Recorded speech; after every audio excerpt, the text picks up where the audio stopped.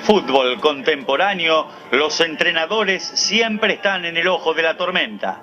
Suele ocurrir que permanecen un suspiro, regidos por las presiones y resultados en los clubes de fútbol.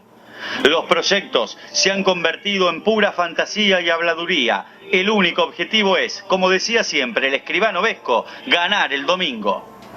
Forjador de Campeones comenzó a editarse en 1990. Hemos convivido con la totalidad de los entrenadores de Rosario Central, cubriendo gran cantidad de pretemporadas y viajando por el mundo, conociendo distintas filosofías, pensamientos, formas de entrenamiento, estrategias y de manejo con jugadores, dirigentes y periodistas. Por eso, este recorrido periodístico, fílmico y fotográfico. El más grande director técnico en la historia centralista es, indiscutidamente, Ángel Tulio Zof. Tras el ascenso en 1985, Vesco no le renovó contrato a Marcheta y lo designó DT. En 1987, Don Ángel logró la hazaña y salió campeón. Permaneció hasta 1991, década que se iniciaría con una nefasta producción futbolística que dejaría varios entrenadores en el camino en forma veloz. Como siempre aclaramos en este tipo de informes, la convulsionada vida política, origen de las crisis, ha tenido vital preponderancia en lo futbolístico, aunque a veces lo futbolístico desencadenó el caos institucional. Fue Carlos Daniel Aimar el encargado del primer equipo aquella temporada del Clausura 90-91. En realidad, se encargó de los primeros 8 partidos, puesto que fue despedido tras perder un clásico. Antes había empatado 3 encuentros y perdido 4. Se fue sin conocer las mieles del triunfo. Como solía pasar, se recurrió a Zof, quien completó su mandato hasta la fecha 19 y siguió en el Apertura 91-92 con 4 partidos ganados, 9 empatados y 6 perdidos. Los vientos de cambio que soplaban en la institución hicieron que para principios de 1992 fuera designado Eduardo Solari como técnico, quien al cabo de las 19 fechas ganó 8 cotejos, empató 1 y perdió 10, con un 43.86% de efectividad. A mediados de aquel año, los dirigentes de turno volvieron a cambiar y nuevamente Aimar volvería a tener su oportunidad. La misma fue desaprovechada y se fue en la fecha 17. Terminó el torneo José Maleo con un empate y una derrota. Volviendo Aimar, en sus 2 cortas etapas cosechó un escaso porcentaje de 36%, 7 partidos ganados, 6 empatados y 12 perdidos. La temporada 93 se iniciaría con la sorpresiva contratación de Vicente Cantatore, que se extendería hasta diciembre de ese año. Nacido en Rosario, hizo gran carrera en Chile, llegó a 2 finales de Copa Libertadores de América con Cobreloa en el 81 y el 82, dirigiendo a la selección de aquel país, a Colo-Colo, Universidad Católica. Antes de llegar a Central, había mostrado sus credenciales en España, dirigiendo 4 años a Valladolid y 2 a Sevilla. Hombre inteligente y evidentemente buen entrenador. Después dirigió en Tenerife, Valladolid, Betis, Sporting de Lisboa. Acá fracasó. Sacó el 40.20% de los puntos, producto de 8 triunfos, 17 empates y 9 traspiés. Ya para comienzos de 1994 se produciría la vuelta de un cultor del fútbol bien jugado, Pedro Jorge Marcheta. Verborrágico y siempre envuelto en polémicas, rápidamente puso manos a la obra y promocionó juveniles de buen pie como Vitamina Sánchez, Raúl Gordillo y Cristian González, acompañados por grandes jugadores liderados por Omar Palma y el Puma Rodríguez y secundados por Roberto Molina, Marcelo Delgado, Bonano, Carbonari, Lusenhoff y el paraguayo Jara. Producto de esto, se estuvo muy cerca del máximo logro, terminando tercero a 3 puntos de Independiente y a 2 de Huracán. Ese campeonato se perdió probablemente en la fecha 16, derrota por un gol ante Huracán con más de 20.000 canallas en Parque Patricios. La relación con el Puma Rodríguez se deterioró, se fue a Racing y se lo reemplazó con Darío Escoto. Central conservó el equipo pero tuvo un bajón futbolístico y cosechó 20 puntos, mitad de tabla, en el Apertura 94-95. Ocupó luego el 7º puesto en el Clausura y Marcheta dejó el equipo tras cortocircuitos con los principales referentes en la fecha 17, siendo suplantado en las últimas 2 jornadas por el querido y recordado Enrique Nene Fernández. Marcheta cerraría su campaña en Primera División con un porcentaje de 48.02%.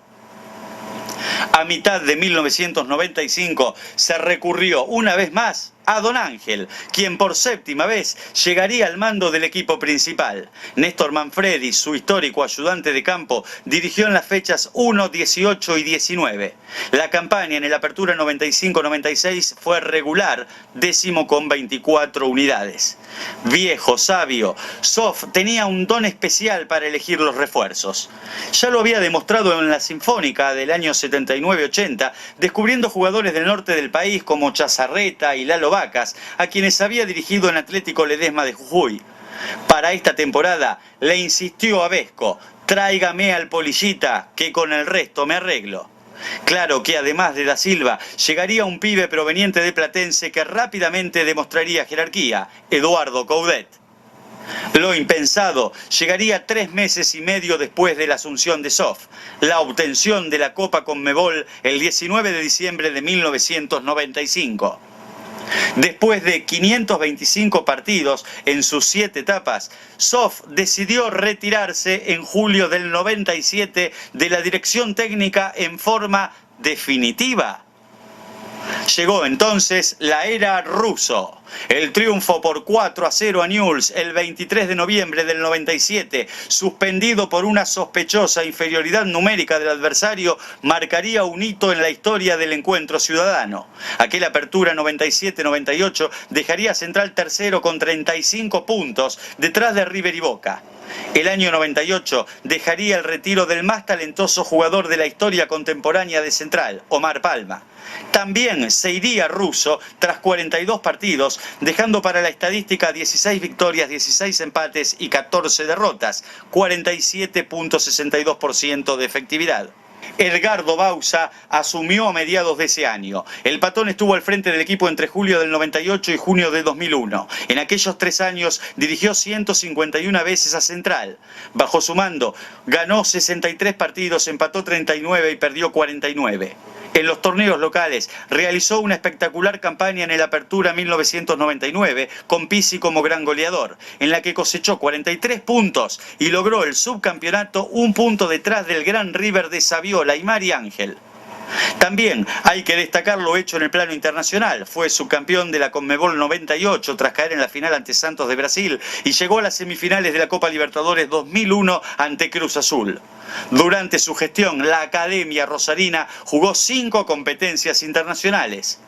Criticado por no haber ganado nunca un clásico y bancar ciertos jugadores, se fue en 2001.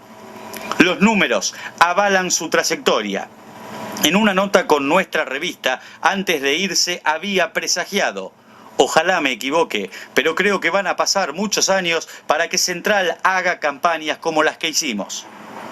Y tuvo razón, lamentablemente. De hecho, consideramos que fue el último gran acto de coherencia dirigencial, puesto que Bauza fue coordinador de las divisiones inferiores durante casi 5 años y técnico de la primera en 3 temporadas. Es decir, 8 años de trabajo con aciertos y errores, con la promoción de juveniles que había formado y que en 2014 siguen vigentes en el fútbol argentino e internacional, tales como Campestrini, El Cata Díaz, Moreno y Fabianesi, Cámpora y Seto. Para suplantar al Patón se recurrió a alguien con poca experiencia en primera división, pero con mucho recorrido como ayudante de campo de Marcheta, JJ López. Tras 5 victorias, 2 empates y 6 derrotas, dio un paso al costado en la fecha 13. Se intentó retomar a la coherencia de seguir con el proyecto de Bauza y se le dio la confianza a Daniel Teglia, hombre del riñón del Patón y por entonces coordinador de inferiores. Los números no lo avalaron y renunció tras solo 2 triunfos, 4 empates y 7 caídas. Llegaría el turno de César Luis Menotti en 2002. Con el Flaco, el equipo tuvo picos de buen juego, especialmente entre las fechas 12 y 17 del Clausura, en donde sacó la mitad de los puntos. Vale aclarar que al cabo de aquel periodo 2001-2002, Central hizo 2 campañas de 20 puntos por cada torneo, es decir que estuvo entre los últimos puestos. En el Apertura 2002, Central tuvo un arrollador arranque con 5 triunfos en los primeros 6 cotejos. Justamente en la fecha 6 se ganó, después de 22 años en el el Parque Independencia. Pero no hubo final feliz. Tras el clásico, el equipo estuvo 9 partidos sin conocer la victoria. Menotti, en su estadía en Rosario, consiguió 8 triunfos, 8 empates y 11 derrotas. Su sucesor sería nada más ni nada menos que Miguel Ángel Russo. Con un muy buen nivel de juego y la aparición de la dupla Delgado-Figueroa, Central sacó 37 unidades en el Clausura 2003, que lo ubicaron cuarto a 6 del campeón River. Repitió la cuarta colocación en el Apertura 2003 con 31 unidades. Mientras el equipo disputaba la Copa Libertadores, se descuidó el Clausura 2004 y el equipo terminó último con 13 puntos. Russo se despidió en la fecha 16 para darle lugar a un interinato de Hugo Galoni. En su segundo ciclo, Russo ganó 27 encuentros, empató 18 y perdió 16. Se contrató a Víctor Púa para mediados de 2004. El ex técnico de la selección juvenil de Uruguay había sido recomendado por Ángel Sof, valorándose su capacidad como descubridor de talentos y formador de jugadores. Duró 2 partidos y se fue tras perder con Arsenal y un clásico en Arroyito. Aunque estaba retirado desde hace años, retornó a la dirección técnica Sof, redondeando una aceptable campaña de 30 unidades, sexto puesto. La misma se repitió al torneo siguiente con un cuarto lugar, producto de 31 puntos. Para el Clausura 2005, Sof le dejó su lugar a su mano derecha Ariel Cufaro Russo, quien registró 4 triunfos, 5 empates y 7 caídas. Volvió Sof en la fecha 16 y permaneció hasta la 7ª jornada del Clausura 2006. Don Ángel Tulio Sof fue el técnico más ganador de la historia de Rosario Central, Nacional 80, temporada 86-87 y Conmebol 95.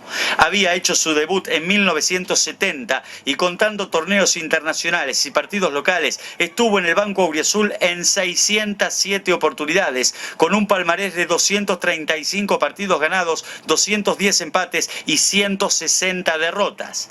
El grito de usted lo vio, es el equipo de Don Ángel Tulio Sof se reiteraba tras cada victoria del conjunto, quedando para la eternidad en la nostalgia de cada uno de los hinchas. En la fecha 8 del Clausura 2006 dirigió Galoni y desde la 9ª hasta el final se confió en Leonardo Astrada, quien permaneció solamente 11 partidos, registrando 4 victorias, 5 igualdades y 2 derrotas. Se contrató a Néstor Gorosito, quien alcanzó el 8º lugar en el Apertura 2006 con 28 unidades. Al torneo siguiente, Pipo se fue después de dirigir en las primeras 5 fechas, registrando 9 partidos ganados, 6 empatados y 9 perdidos. Mientras los dirigentes buscaban técnico, Daniel Riquelme, histórico entrenador de juveniles de Central, dirigió 2 partidos que fueron sendas derrotas.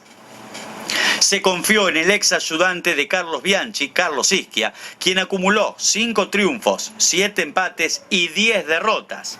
Había ganado el clásico de visitante con gol de Arzuaga en la fecha 9, antes perdió 4 y empató 4. Después empató 3 y perdió 2 y fue despedido. La debacle había comenzado.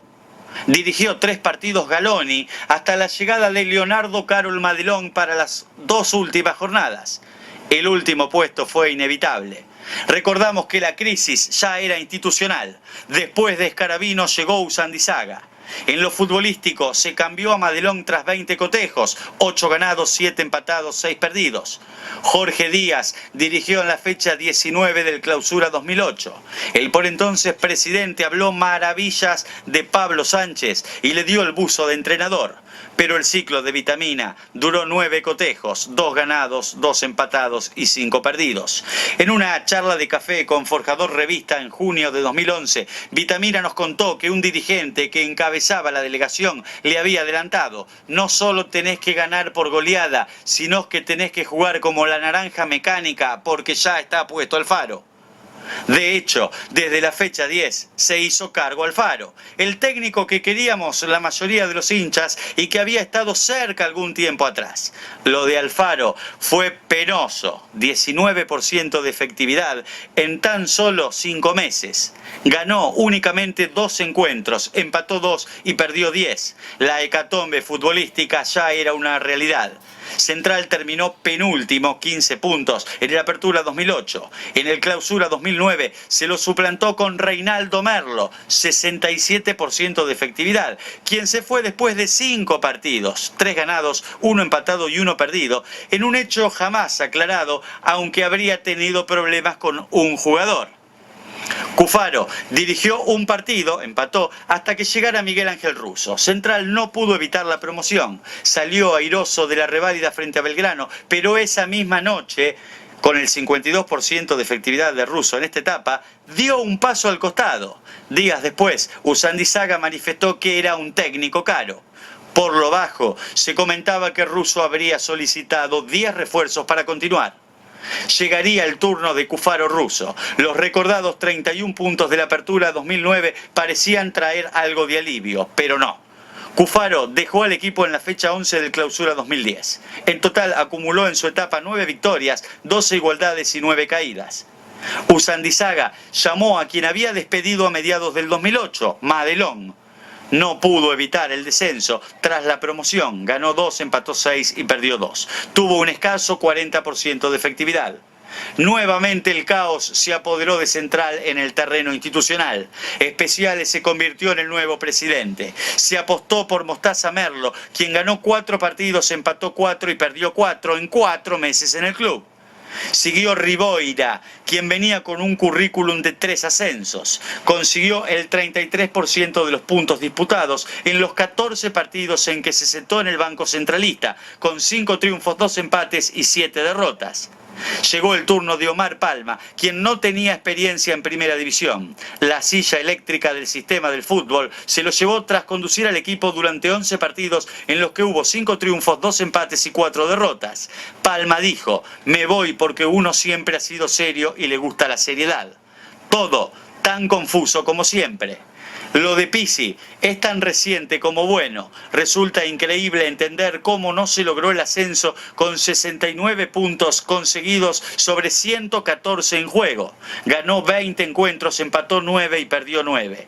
La efectividad de Pizzi ha sido del 60.53%. Sin embargo, se lo dejó ir.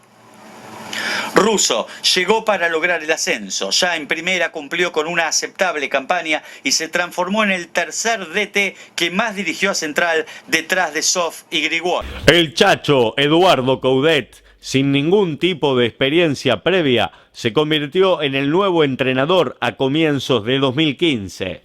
Mirado con desconfianza por su personalidad como futbolista, se convirtió en una grata sorpresa.